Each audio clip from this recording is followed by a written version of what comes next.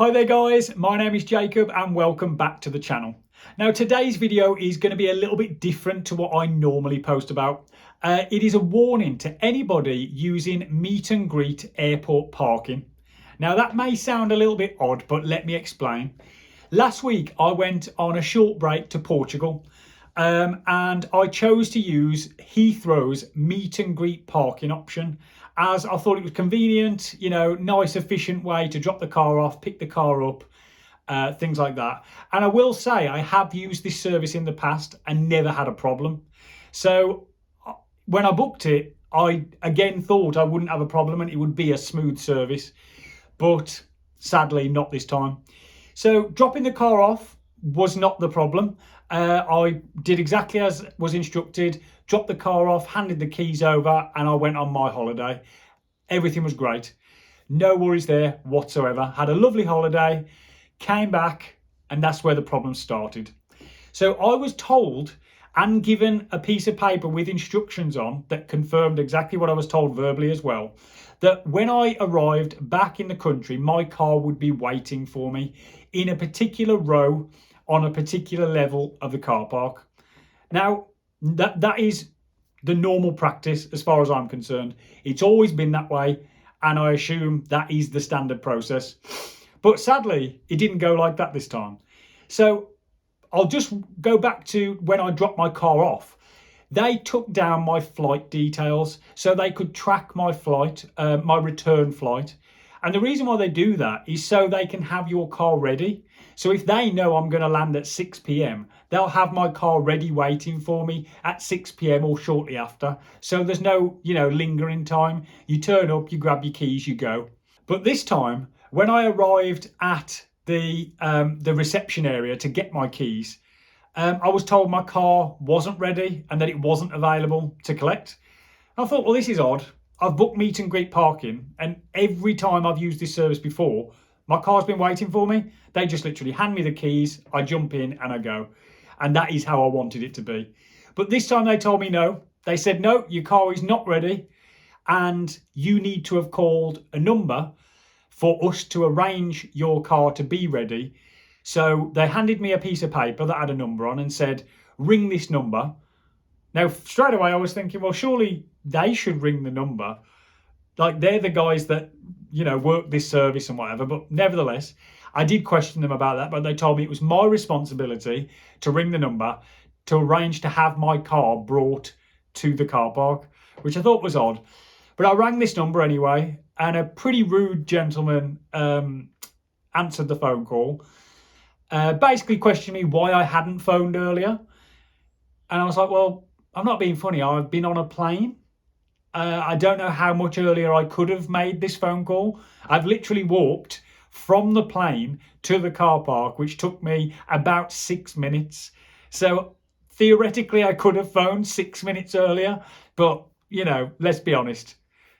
If I'd have known, maybe I would have, but I didn't know. I've just been handed this number. So, I mean, that literally, I was phoning at the earliest convenience for me. But anyway, I asked them how long will it be to bring my car to me. And they told me 30 minutes, which I'm like, 30 minutes? I'm ready to go. The reason why I booked this service is it's meet and greet, and you drop your car off as quick as you can and you get your car back and go as quick as you can. So you can imagine I wasn't happy with a 30-minute wait, but as I had no choice, I said, okay, great, bring it as fast as you can. Well, 30 minutes came and went, and my car was nowhere to be seen. So again, I called the number and I'm told they're on the way. And that is the only information you could give me. So great, okay. I sat down, waited a little while longer. An hour went by, still no car. So I'm thinking, what in the world is going on? I ring the number again and they tell me that my car has just arrived, which I thought was a bit strange considering the first time he couldn't actually tell me where my car was, but now he can tell me that my car's arrived.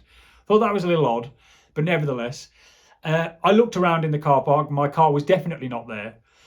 But then a man just wandered seemingly out of nowhere to ask me where I'd been for 10 or 15 minutes, and then he parked on a different level of the car park.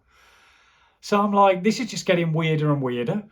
But anyway, instead of being on level 4 where I was told he would be, he decided to park on level 3 where nobody was and wait there and just think that I would know that he was parked there.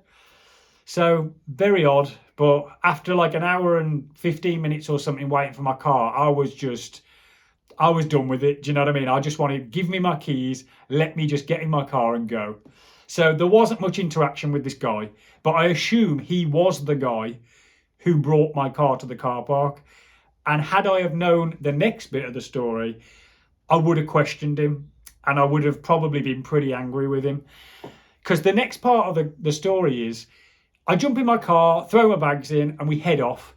And it's only about 5-10 minutes later that I start looking around my car and seeing things are a little bit out of sorts. Like somebody's been rummaging through my car, basically. I could see things in the side pockets were moved. And I'm a little bit OCD like that. I know where I leave things. So if everything has a place in the car, well, if someone's moved it, I know. And immediately I started thinking, yeah, somebody's been rummaging through my car here. Straight away, I think, oh no, I left money in this car. So I pull out the cash drawer at the front of the car. And normally there's about 20 quid, maybe a little more of like change in there, mostly pound coins, that type of thing. Well, you guessed it. None of those pound coins were there anymore. It was just loose change, like ones, twos, fives, that type of thing. Just like meaningless stuff, really. But none of the good stuff, the £1, the £2, 50p's, all gone. So I can only assume it was either the driver that took my car the first day I dropped it off, or it was the guy that literally handed my keys back to me 5 minutes ago in the car park. But as I didn't know that had happened, I couldn't question him about it. So as I'm driving home then, I'm obviously fuming, thinking, what an idiot. I should have checked my car. I should have, walked around it. But obviously, having waited an hour for the car, I just didn't think. I was just ready to just chuck my bags in and just get out of there. But obviously, I won't make that mistake again if I ever book this parking in the future. Since I got home, I've obviously made a complaint to the company. Explained everything that I've explained to you guys, put it all in an email, sent it off. I've waited just about a week for a response. And the response I've got, to be quite honest, is less than satisfactory, shall we say. They basically have said that it's my fault the money was taken because I left the money in the car. So I'm a little bit confused on that one because let's face it, it's my car. The possessions and the money in that car are mine. So I should be in my rights to leave them in that car whilst I pay for a service of parking my car and bring it back to me. I didn't think it was a thing where I had to fear leaving things in my own car because someone may go through them and take what they want. But basically what they've said to me is it is my fault, and it's my fault that it was taken, because if I hadn't have left it, it couldn't have been taken. Which, I mean, I see their point. If I hadn't have left it there, it couldn't have been taken. But I thought they were running a professional business where, they just parked cars. They didn't go through your stuff and steal from you. But apparently that is what the Heathrow Parking Company are doing. And they don't seem to be taking much accountability for their drivers doing that. So they apologised for being an hour late to drop the car off. That I can say. But I have yet to receive any offer of compensation or any kind of, token gesture of like, we're sorry for the service we gave you or anything like that. So as you can imagine, I've replied to that email in a pretty swift way, pretty angry, and told them that, I best get some compensation pretty quickly. At a minimum, the money that they took from my car. But this is why I wanted to tell you guys, really. I just wanted to bring this to your attention, that if you are booking this type of parking at pretty much any airport, obviously I only have this experience from Heathrow Airport, but I can assume this happens all over the country and maybe in other countries as well. But just be aware that if you are leaving your car in some sort of valet type service where they take the keys and they park it and they bring it back, that unfortunately this type of thing is a possibility that it can happen. If you leave money in the car, maybe a pair of sunglasses, chargers, anything that you normally leave in your car, it could be taken. As sad as that sounds, you're not basically free to leave your own stuff in your own car. And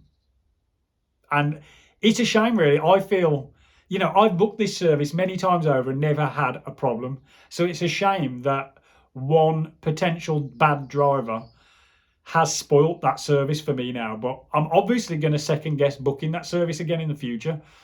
And that's what I'm kind of saying to you. If I were you, I would also second guess booking that type of service. It's great when it works, and I can honestly say I've used it in the past and it's worked great. But this time, I got bit, as they say. I drew the short straw, and I was the one that, and I might have been the only one this happened to, although that does seem unlikely. If there's a bad driver doing this, I can imagine I'm not the only one he's done this to.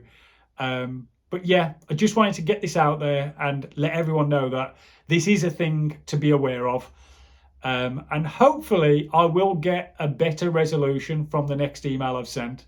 But, if this video does well and you guys want to know, I will keep you informed of how I get on with this situation. If you made it this far, thank you for watching. Please like and subscribe to my channel. And guys, I will catch you in the next one.